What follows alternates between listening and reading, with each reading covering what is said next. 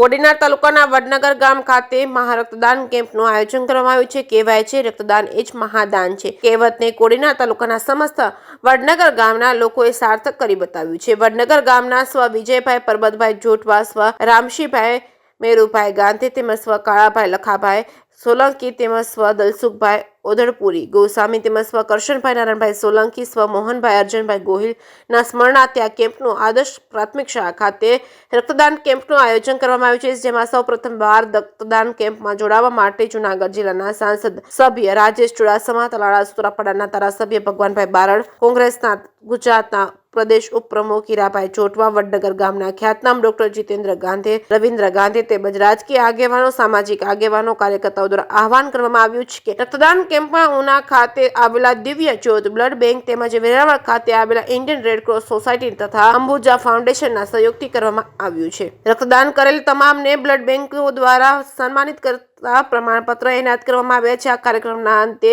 આયોજકો દ્વારા તમામ સહયોગ કરતા સંસ્થાના સ્વયંસેવકોનો આભાર વ્યક્ત કરવામાં આવ્યો છે। જે કેસરી ગુજરાતી સાથે કાળુ આહિર દેવ। નમસ્તે, હું doctor Khevna Karavadiya, MD pathologist, Indian Red Cross Society વેરાવળમાંથી આવું છું।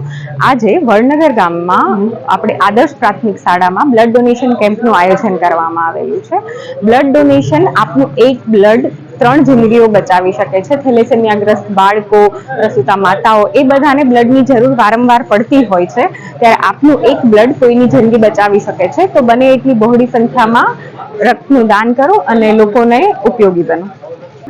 મારું નામ સિદ્ધાર્થ જીવાભાઈ ગાધે, હું વડનગરનો રહેવાસી છું।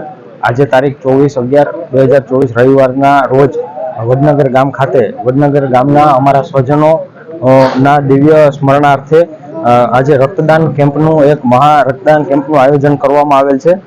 આ રક્તદાન કેમ્પમાં 2 બ્લડ બેંક છે તે અમારા સહયોગથી થાય છે। Veraval Indian Red cross blood bank અને ઉના દિવ્ય જ્યોત બ્લડ બેંકના સહયોગથી આ મહા રક્તદાન કેમ્પનું આયોજન કરવામાં આવેલું છે। આ રક્તદાન કેમ્પમાં વડનગરના તેમજ આજુબાજુના ગામના યુવાનો સ્વેચ્છાએ બહોળી માત્રામાં જોડાય છે, તે આપ નજરે નિહાળી રહ્યા છો।